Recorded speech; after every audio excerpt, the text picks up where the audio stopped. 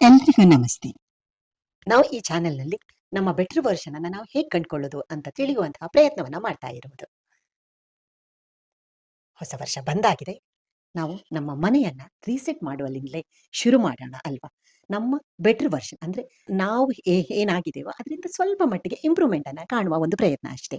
So ನಾವೇನೋ ದೊಡ್ಡ ಸಾಧನೆ ಮಾಡ್ತೀವಿ ಅಂತಲ್ಲ, ಆದ್ರೆ ನಾವು ನಮ್ಮನ್ನ ನಾವು ಸ್ವಲ್ಪ ಸ್ವಲ್ಪವಾದ್ರೂ ಒಂದು ಉತ್ತಮಗೊಳಿಸೋದು ಉತ್ತಮ.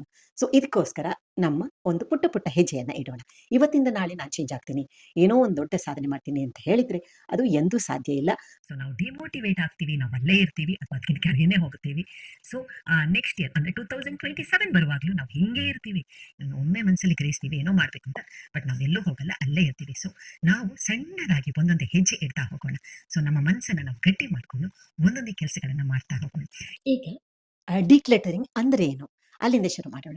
ನಮ್ಮ ಮನೆಯಲ್ಲಿ ನಾವು ಉಪಯೋಗಿಸದ, ನಮಗೆ ಅಗತ್ಯವಿಲ್ಲದ, ನಾವು ಬಳಸದ ವಸ್ತುಗಳನ್ನ ನಾವು ಮನೆಯಿಂದ ಹೊರ ಹಾಕೋದು, ಇದು ನಮ್ಮ ಮುಖ್ಯ ಉದ್ದೇಶ. ಈ ಡಿಕ್ಲಿಟರಿಂಗ್ ನಲ್ಲಿ ನಾವು ಮೊದಲು ತಿಳಿಬೇಕಾದ್ದು ಏನು ಅಂತ ಹೇಳಿದ್ರೆ, ಕ್ಲೀನಿಂಗ್ ಅಲ್ಲ, ಇದು ಡಿಕ್ಲಿಟರಿಂಗ್. ಕ್ಲೀನಿಂಗ್ ಬೇರೆ, ಡಿಕ್ಲಿಟರಿಂಗ್ ಬೇರೆ. ಕ್ಲೀನಿಂಗ್ ಅಂದ್ರೆ ನಾವು ವಸ್ತುಗಳನ್ನ ಕ್ಲೀನ್ ಮಾಡಿ ವಾಪಸ್ ನೀಟಾಗಿ ಇಟ್ಕೊಳ್ತೀವಿ. ಡಿಕ್ಲಿಟರಿಂಗ್ ನಲ್ಲಿ ನಾವು ವಸ್ತುಗಳನ್ನ ಬಿಸಾಡ್ತೀವಿ, ಅದು ನಮಗೆ ತಲೆಯಲ್ಲಿರಬೇಕು.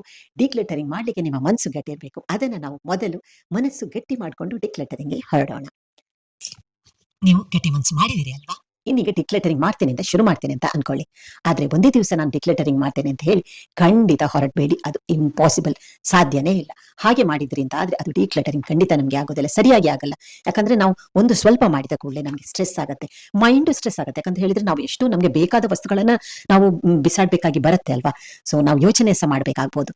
ಆದ್ರಿಂದ ತುಂಬಾ ನಿಧಾನವಾಗಿ ಶುರು ಮಾಡಿ. ನಿಮ್ಗೆ ನಿಮ್ಮನ್ನ ನೀವು ಚೇಂಜ್ ಮಾಡಬೇಕು, ಬೆಟರ್ ವರ್ಷನ್ ಆಫ್ ಮೀ ಕಂಡ್ಕೊಳ್ಬೇಕು ಅಂತ ಹೇಳಿದ್ರೆ ನಾನು 30 ಡೇ ಚಾಲೆಂಜ್ ಅಂತ ಹೇಳಿ ಒಂದು ಶಾರ್ಟ್ ವಿಡಿಯೋಸ್ ಮಾಡ್ತಾ ಇದ್ದೀನಿ, ಅದನ್ನ ನೀವು ನೋಡಿ. ಅದರಲ್ಲಿ ನಾನು ಡಿಕ್ಲೇಟರಿಂಗ್ ಅನ್ನ ಡೈಲಿ ಒಂದು ಪಾರ್ಟ್ ಆಫ್ ಡೈಲಿ ರೂಟೀನ್ ಅಲ್ಲಿ ಹಾಕಿದ್ದೀನಿ. ಯಾಕಂತ ಹೇಳಿದ್ರೆ ಡಿಕ್ಲೇಟರಿಂಗ್ ಅನ್ನೋದು ನಿಮ್ಗೆ ಒಂದು ದಿವಸದಲ್ಲಿ ಖಂಡಿತ ಸಾಧ್ಯ ಇಲ್ಲ. ಒಂದು ಕಬೋರ್ಡ್ ಇಂದ ಶುರು ಮಾಡಿ. ಈಗ ಸಪೋಸ್ ಈಗ ಡ್ರೆಸ್ ಕಬೋರ್ಡ್ ಇದೆ ಅಂತ ಇಟ್ಕೊಳ್ಳಿ, ಡ್ರೆಸ್ ಕಬೋರ್ಡ್ ಆದ್ರೆ ಆ ಒಂದು ಕಬೋರ್ಡ್ ಅನ್ನೇ ಶುರು ಮಾಡಿ, ಆ ಒಂದು ಕಬೋರ್ಡ್ ಅನ್ನು ಮೊದಲು ಮಾಡಿ. ಸೊ ಹಾಗೆ ತುಂಬಾ ಸ್ಲೋಲಿ ಮಾಡಿ, ಅವಾಗ ನಿಮ್ಗೆ ಇವತ್ತಿನ ನಾಳೆ ಆಗೋಲ್ಲ, ಸೊ ಕೆಲವು ದಿವಸಗಳು ಹಿಡಿಯುತ್ತೆ, ಆದ್ರೆ ನಿಮ್ಮ ಮನೆ ಪೂರ್ತಿ ಡಿಕ್ಲೇಟರ್ ಆಗತ್ತೆ. ತುಂಬಾ ನಿಧಾನವಾಗಿ ಮಾಡಿದ್ರೆ ತುಂಬಾ ಪೀಸ್ಫುಲ್ ಆಗಿ ಆಗಿಬಿಡತ್ತೆ. ಇವತ್ತಿನ ನಾಳೆ ಆಗ್ಬೇಕಾದ ಅರ್ಜೆಂಟ್ ಏನಿಲ್ಲ ಅಲ್ಲ, ಇಷ್ಟು ದಿವಸ ಡಿಕ್ಲೇಟರ್ ಆಗಿಲ್ಲ, ಇವತ್ತು ನಾವು ಹೊಡ್ತಾ ಇದೀವಿ, ಅದೇ ಒಂದು ಒಳ್ಳೆಯ ಸುದ್ದಿ ಅಲ್ವಾ? ಈಗ ಡಿಕ್ಲೇಟರಿಂಗ್ ಮಾಡ್ಬೇಕು ಅಂತ ನಾವು ಮನಸ್ಸು ಗಟ್ಟಿ ಮಾಡಿ ಒಮ್ಮೆ ಡಿಕ್ಲೇಟರಿಂಗ್ ಮಾಡಿದ್ರೆ ನಮ್ಮ ಮನಸ್ಸು ಶಾಂತವಾಗತ್ತೆ, ನಮ್ಮ ಸ್ಟ್ರೆಸ್ ಹೋಗತ್ತೆ, ನಮಗೆ ವಸ್ತುಗಳು ಯಾವ ವಸ್ತುಗಳು ಬೇಕೋ ಅದು ಸುಲಭದಲ್ಲಿ ಸಿಗತ್ತೆ, ನಮ್ಮ ಹಣ ಉಳಿತಾಯ ಆಗತ್ತೆ, ನಮ್ಮ ಟೈಮ್ ಉಳಿತಾಯ ಆಗತ್ತೆ, ಮನೆಯಲ್ಲಿ ಪಾಸಿಟಿವ್ ಎನರ್ಜಿ ಇರತ್ತೆ, ನಮ್ಮ ಮೂಡ್ ಕೂಡ ಒಳ್ಳೆಯದಾಗಿ ಇರುತ್ತೆ. ನಿಮ್ಮ ಇಮೋಷನ್ ಅನ್ನ ಸೈಡ್ಗೆ ಇಟ್ಟು ಡಿಕ್ಲೇಟರಿಂಗ್ ಮಾಡಿ. ಅದು ಇಮೋಷನ್ ಅನ್ನು ಇಟ್ಕೊಂಡ್ರೆ ನಾವು ವಸ್ತುಗಳನ್ನ ವಾಪಸ್ ಅಲ್ಲೇ ಇಟ್ಟು ಬಿಡ್ತೀವಿ. ನಮ್ಗೆ ಬೇಕು ಅಂತ ಅನ್ಸತ್ತೆ. ಆ ಮನಸ್ಸನ್ನ ಹಾಗೆ ಯೋಚನೆ ಮಾಡಬೇಡಿ, ಧೈರ್ಯ ಮಾಡಿ ಡಿಕ್ಲೇಟರ್ ಮಾಡಿ. ನಿಮ್ಗೆ ಗೊತ್ತಾ, ಅದು ಒಂದು ಬಿಗ್ ರಿಸಲ್ಟ್ ಅನ್ನೇ ಕೊಡುತ್ತೆ, ಅದು ನಿಮ್ಗೆ ನೆಮ್ಮದಿಯನ್ನ ಕೊಡುತ್ತೆ. ಒಂದು ನೆನ್ಪಿಟ್ಕೊಳ್ಳಿ, I control things cannot control me. Control ನನ್ನ ಕೈಯಲ್ಲಿರೋದು, ಆ ವಸ್ತುಗಳ ಮೇಲೆ ನನ್ನ ಕಂಟ್ರೋಲ್ ಹಾವಿ ಆಗಬಾರ್ದು. ಅದನ್ನ ನಾವು ಗಟ್ಟಿಯಾಗಿ ಮನಸ್ಸಲ್ಲಿ ಇಟ್ಕೊಂಡು ಡಿಕ್ಲೇಟರಿಂಗ್ ಶುರು ಮಾಡೋಣ. ಈಗ ಸ್ಟೆಪ್ ಬೈ ಸ್ಟೆಪ್ ಆಗಿ ಡಿಕ್ಲೇಟರಿಂಗ್ ಹೇಗೆ ಮಾಡೋದು ಅದನ್ನ ನೋಡೋಣ. ಫಸ್ಟ್ಗೆ ಒಂದು ಕಬೋರ್ಡ್ ಡ್ರಾವರ್ ಅನ್ನು ನಾವು ಶುರು ಮಾಡ್ತಾ ಇದ್ದೀವಿ ಅಂತ ಇಟ್ಕೊಳ್ಳೋಣ. ಆ ಕಬೋರ್ಡ್ ಇಂದ ಎಲ್ಲ ವಸ್ತುಗಳನ್ನ ಹೊರಗೆ ಹಾಕಿ, ಮತ್ತೆ ಅದನ್ನ ನಿಮ್ಮ ಕಣ್ಣಿಗೆ ಸರಿಯಾಗಿ ಕಾಣುವಂತೆ ಇಟ್ಕೊಳ್ಳಿ. ಅದರಲ್ಲಿ ನಿಮ್ಗೆ ಬೇಕೇ ಬೇಕಾದ ವಸ್ತುಗಳಿರುತ್ತೆ, ಅದನ್ನ ತೆಗೆದಿರಿ, ಅದು ನಿಮ್ಗೆ ಬೇಕು. ಎರಡನೇದಾಗಿ, ನೀವು ಬೇರೆಯವರಿಗೆ, ನಿಮ್ಗೆ ಬೇಡ ಅದು, ಆದ್ರೆ ಅದು ಬೇರೆಯವರಿಗೆ ಯೂಸ್ ಆಗ್ಬಹುದು ಅಂತ ಅನ್ಸಿದ್ರೆ, ನಿಮ್ಗೆ ಕೊಡ್ಲಿಕ್ಕೆ ಆಗ್ತದೆ ಅಂತ ಆದ್ರೆ ನೀವು ಅದನ್ನ ಕೊಡಿ. ಇನ್ನೊಂದು, ಕಂಪ್ಲೀಟ್ಲಿ ಬಿಸಾಡಿ ಬಿಡಿ. ಜಾಸ್ತಿ ಯೋಚನೆ ಮಾಡ್ಬೇಡಿ. ಬಟ್ಟೆ ಎಲ್ಲೋ ಒಂದ್ ಸ್ವಲ್ಪ ಹರಿದಿದೆ ಅಂತ ಇಟ್ಕೊಳ್ಳಿ, ಕಂಪ್ಲೀಟ್ಲಿ ಬಿಸಾಡಿ ಬಿಡಿ. ಅದನ್ನ ಇಟ್ಕೊಂಡು ಇಲ್ಲ ನಾನೇನೋ ಮಾಡ್ತೀನಿ, ಅದನ್ನೇನೋ ಹೊಲಿತೀನಿ, ಅದೆಲ್ಲ ಮಾಡೋದಿದ್ರೆ ನೀವು ಇದರಿಂದ ಆಲ್ರೆಡಿ ಮಾಡಿ ಆಗ್ತಿತ್ತು ತಾನೆ, ಆಗ್ಲಿಲ್ಲ ಅಂತ ಆದ್ರೆ ಯೋಚನೆ ಮಾಡ್ಬೇಡಿ, ಬಿಸಾಡಿ ಬಿಡಿ. ಈ ಡಿಕ್ಲಟರ್ ಇಂದ ಆಗುವ ಲಾಭ ಏನು, ಇದನ್ನ ನಾವು ತಿಳಿಯೋಣ. ಮುಖ್ಯವಾಗಿ ನಮ್ಮ ಸ್ಟ್ರೆಸ್ ಕಡಿಮೆ ಆಗುತ್ತೆ. ಇನ್ನೊಂದು, ಸಮಯ ಉಳಿಯುತ್ತೆ, ಹಣ ಉಳಿಯುತ್ತೆ. ಸಮಯ ಯಾಕೆ ಉಳಿಯುತ್ತೆ, ನಾವು ಹುಡುಕಾಡೋದು ಕಡಿಮೆ ಆಗುತ್ತೆ. ಹಣ ಯಾಕೆ ಉಳಿಯುತ್ತೆ, ಯಾಕಂದ್ರೆ ಎಷ್ಟೋ ಸಲ ಅದು ನಮ್ಗೆ ಬೇಕಾದ ವಸ್ತುಗಳು ನಮ್ಮಲ್ಲಿ ಇರುತ್ತೆ, ನಮ್ಗೆ ಗೊತ್ತೇ ಆಗಲ್ಲ, ಅಷ್ಟೊತ್ತಿಗೆ ನಮ್ಗೆ ಬೇಕಾದಾಗ ಸಿಗಲ್ಲ, ನಾವು ವಾಪಸ್ ತರ್ತೀವಿ, ಹೀಗೆ ಪುನಃ ಸಾಮಾನುಗಳು ಸೇರ್ತಾ ಹೋಗುತ್ತೆ. ಸೊ ಹಣ ಉಳಿಕೆ ಕೂಡ ಆಗುತ್ತೆ. ನಾಲ್ಕನೇದಾಗಿ, ಮನೆಯಲ್ಲಿ ಪಾಸಿಟಿವ್ ಎನರ್ಜಿ ಬರುತ್ತೆ, ಒಂದು ಹ್ಯಾಪಿನೆಸ್ ಇರುತ್ತೆ. ನಮ್ಗೆ ಗೊತ್ತಾಗದಂತೆಯೇ ಆ ಒಂದು ಪಾಸಿಟಿವ್ ಎನರ್ಜಿ ಇದೆಯಲ್ಲ, ನಮ್ಗೆ ಫೀಲ್ ಆಗುತ್ತೆ. ಆದ್ರಿಂದ ಗಟ್ಟಿ ಮನ್ಸು ಮಾಡಿ ಡಿಕ್ಲೇರಿಂಗ್ ಮಾಡಿ. ನಿಮ್ಮ ಇಮೋಷನ್ ಅನ್ನ ಖಂಡಿತ ಸೈಡ್ಗೆ ಇಡಿ. ಯಾಕಂತ ಹೇಳಿದ್ರೆ ಇಮೋಷನ್ ಆದ್ರೆ ನಮ್ಗೆ ಯಾವುದೇ ವಸ್ತುಗಳನ್ನ ಬಿಸಾಡ್ಲಿಕ್ಕೆ ಆಗೋದಿಲ್ಲ. ನಮ್ಗೆ ಏನ್ ಫೀಲ್ ಇರುತ್ತೆ ಅದು ಅವ್ರು ಕೊಟ್ಟಿದ್ದಲ್ಲ, ಅದು ಹೇಗೆ ಬಿಸಾಡು ಇದು ನನಗೆ ತುಂಬಾ ಇಷ್ಟದ್ದು. ನನಗೆ ಇದು ಸಣ್ಣದಿರುವಾಗ ನನ್ನ ಜೊತೆ ಇದು ಇಂತಹ ತುಂಬಾ ಇಮೋಷನ್ಗಳು ನಮಗೆ ವಸ್ತುಗಳ ಜೊತೆ, ಅಂಗಿಗಳ ಜೊತೆ, ಯಾವುದೇ ಒಂದು ಟಾಯ್ಗಳ ಜೊತೆ, ಹೀಗೆ ತುಂಬಾ ವಿಷಯಗಳಲ್ಲಿ ನಮಗೆ ಇಮೋಷನ್ಸ್ ಸೇರಿರುತ್ತೆ. ಆದ್ರೆ ಅದನ್ನ ಇಟ್ಕೊಂಡು ತುಂಬಿಸ್ಕೊಂಡು ಏನ್ ಮಾಡೋದಲ್ವಾ. ಆದ್ರೆ ಮನೆ ಕ್ಲೀನ್ ಆಗಿರ್ಬೇಕಾದ್ದು, ನಾವು ಪ್ರಶಾಂತವಾಗಿರ್ಬೇಕಾದ್ದು ಎಲ್ಲಕ್ಕಿಂತ ಮುಖ್ಯ. ಅದಕ್ಕೆ ಡಿಕ್ಲಟರಿಂಗ್ ಮಾಡೋಣ. ನಿಮಗೆ ಮೇನ್ ಆಗಿ ನಾನು ಡ್ರೆಸ್ಸಲ್ಲಿ ಹೇಳ್ತಾ ಇದ್ದೀನಿ, ಕೆಲವು ಸ್ವಲ್ಪ ಇಮೋಷನ್ ಇರುತ್ತೆ, ಧೈರ್ಯ ಬರಲ್ಲ, ಶೇರ್ ನಂಗೆ ಬೇಕಾಗುತ್ತೆ, ಮುಂದೆ ಬೇಕಾಗ್ಬೋದು ಅಂತ, ಹೀಗೆ ಒಂದು ಸ್ವಲ್ಪ ಒಂದು ಇಮೋಷನ್ ಅದನ್ನು ಬಿಡ್ಲಿಕ್ಕೆ ಆಗೋದಿಲ್ಲ ಅಂತ ಒಂದು ಇರುತ್ತೆ ಅಲ್ವಾ. ಅಂತ ಬಟ್ಟೆಗಳನ್ನು ಒಂದು ಬಾಕ್ಸ್ ಅಲ್ಲಿಯ ಒಂದು ಬ್ಯಾಗ್ ಅಲ್ಲಿಯ ಹೀಗೆ ಯಾವುದ್ರಲ್ಲಾದ್ರೂ ಒಂದು ಹಾಕಿ ಇಟ್ಕೊಳ್ಳಿ. ಒಂದು ಸೈಡಲ್ಲಿ, ಮನೆ ಯಾವುದೋ ಒಂದು ಕಾರ್ನರ್ ಅಲ್ಲಿ ಅಥವಾ ಕಬೋರ್ಡ್ನ ಮೇಲೆ ಇಟ್ಟು ಬಿಡಿ. 3 ತಿಂಗಳಿಡಿ, ಬೇಕಿದ್ರೆ 6 ತಿಂಗಳು ಇಡಿ.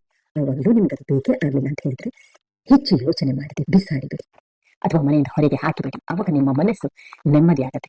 ಅಂದ್ರೆ ಅಷ್ಟು ಸಮಯ ನಿಮ್ಗೆ ಬೇಕಾಗಿಲ್ಲ ಅಂತ ಹೇಳಿದ್ರೆ ಅದು ನಿಮ್ಗೆ ಬೇಡ ಅಂತಲೇ ಅರ್ಥ. ಅದನ್ನು ನಾವು ಅರ್ಥ ಮಾಡ್ಕೊಳ್ಳಲಿ ತುಂಬಾ ಸೋಲ್ತೇವೆ. ಯಾವುದು ಬೇಡ ಅಂತ ಹೇಳೋದು ಅದನ್ನು ನಾವು ಬೇಡ ಅಂತ ನಮಗೆ ತಿಳಿಯುವುದೇ ಇಲ್ಲ, ಗೊತ್ತೇ ಆಗೋದಿಲ್ಲ, ಅದರಲ್ಲಿ ನಾವು ಸೋಲ್ತೇವೆ. ಒಂದು ಶೋ ಪೀಸ್ ಇರುತ್ತೆ, ಯಾರೋ ಕೊಟ್ಟಿರ್ತಾರೆ, ಪ್ರೀತಿಯಿಂದ ಕೊಟ್ಟಿರ್ತಾರೆ, ಅದನ್ನು ಹೇಗೆ ಬಿಸಾಡೋದು ಅಂತ ಆಗುತ್ತೆ. ನಾವು ತುಂಬಾ ಸಮಯ ಇಟ್ಟಾಗಿರುತ್ತೆ, ಧೂಳು ತುಂಬಿರುತ್ತೆ, ಧೂಳು ಕ್ಲೀನ್ ಮಾಡ್ಲಿಕ್ಕೂ ಕಷ್ಟ ಆಗುತ್ತೆ. ಹಾಗೆ ಅನಿಸಿದ್ರೆ ಖಂಡಿತ ಅದನ್ನ ಬಿಸಾಡಿಬೇಡಿ. ನೀವು ಅವರ ಪ್ರೀತಿಯನ್ನು ಇಷ್ಟು ಸಮಯ ಕಾದಿದ್ದೀರಿ, ಆದ್ರೆ ಆ ಪ್ರೀತಿ ನಿಮ್ಗೆ ಹೊರೆ ಆಗೋದು ಬೇಡ, ಅದನ್ನ ಬಿಸಾಡಿಯೇ ಬೇಡಿ. ಶೋ ಪೀಸ್ಗಳು ಕೂಡ ನಾವು ಎಷ್ಟು ಬೇಕೋ ಅಷ್ಟೇ ಇಟ್ಕೊಳ್ಳುವ.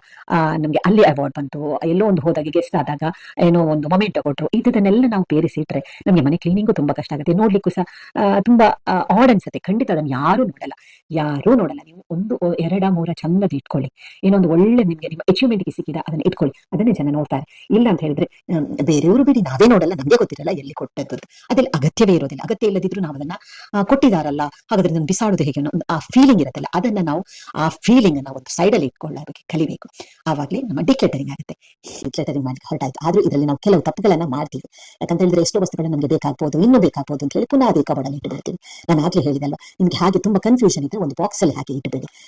ಒಂದು 3-4 ತಿಂಗಳು ಹಾಗೆ ಇಡಿ. ಬೇಡ ಅಂತ ಹೇಳಿದ್ರೆ ಅವಾಗ ಡಿಸ್ಪೋಸ್ ಮಾಡಿ, ಅದು ಈಸಿ ವೇ. ಯಾಕಂತ ಹೇಳಿದ್ರೆ ಇಷ್ಟು ಸಮಯ ನೀವು ದೊಡ್ಡ ಮಟ್ಟಿನ ಡಿಕ್ಲಟರಿಂಗ್ ಮಾಡಲಿಲ್ಲ ಅಂತ ಹೇಳಿದ್ರೆ ತುಂಬಾ ವಸ್ತುಗಳನ್ನು ಅದನ್ನ ಪೂರ್ತಿ ತೆಗೆದು ಮನೆಯಿಂದ ಹೊರಗೆ ಹಾಕುದು ತುಂಬಾ ಕಷ್ಟ ಆಗುತ್ತೆ. ಇಮೋಷನಲಿ ನಮಗೆ ತುಂಬಾ ಕಷ್ಟ ಆಗುತ್ತೆ. ಅದಕ್ಕೆ ಒಂದು ಸ್ಟೆಪ್, ಕಬೋರ್ಡ್ ಇಂದ ಒಂದು ಬಾಕ್ಸಿಗೆ ಹಾಕುವ. ಬೇಕಿದ್ರೆ ಗೊತ್ತಾಗುತ್ತೆ, ಯೂಸ್ ಮಾಡ್ಕೊಳ್ಳೋಣ. ಇಲ್ಲ ಅಂತ ಹೇಳಿದ್ರೆ ಅದನ್ನು ಕಂಪ್ಲೀಟ್ಲಿ ಧೈರ್ಯ ಮಾಡಿ ಡಿಸ್ಪೋಸ್ ಮಾಡಿಬಿಡೋಣ. ಇನ್ನೊಂದು ನಾವು ಡಿಕ್ಲಟರಿಂಗ್ ಮಾಡುವಾಗ ಏನ್ ತಪ್ಪು ಮಾಡ್ತೀವಿ ಅಂತ ಹೇಳಿದ್ರೆ, ನಾವು ಕಬೋರ್ಡ್ ಎಲ್ಲ ವಸ್ತು ತೆಗೆದಿರ್ತೇವೆ ಡಿಕ್ಲಟರಿಂಗ್ ಮಾಡ್ಲಿಕ್ಕೆ. ಆದ್ರೆ ಏನ್ ಮಾಡ್ತೀವಿ, ನಮಗೆ ಪ್ರತಿಯೊಂದು ಬೇಕು ಅನ್ಸಿಬಿಡುತ್ತೆ, ನಾವೆಲ್ಲ ಒರೆಸ್ತೀವಿ, ಕ್ಲೀನ್ ಮಾಡ್ತೀವಿ, ವಾಪಸ್ ಎಲ್ಲದನ್ನು ನೀಟಾಗಿ ಸೆಟ್ ಮಾಡ್ತೀವಿ.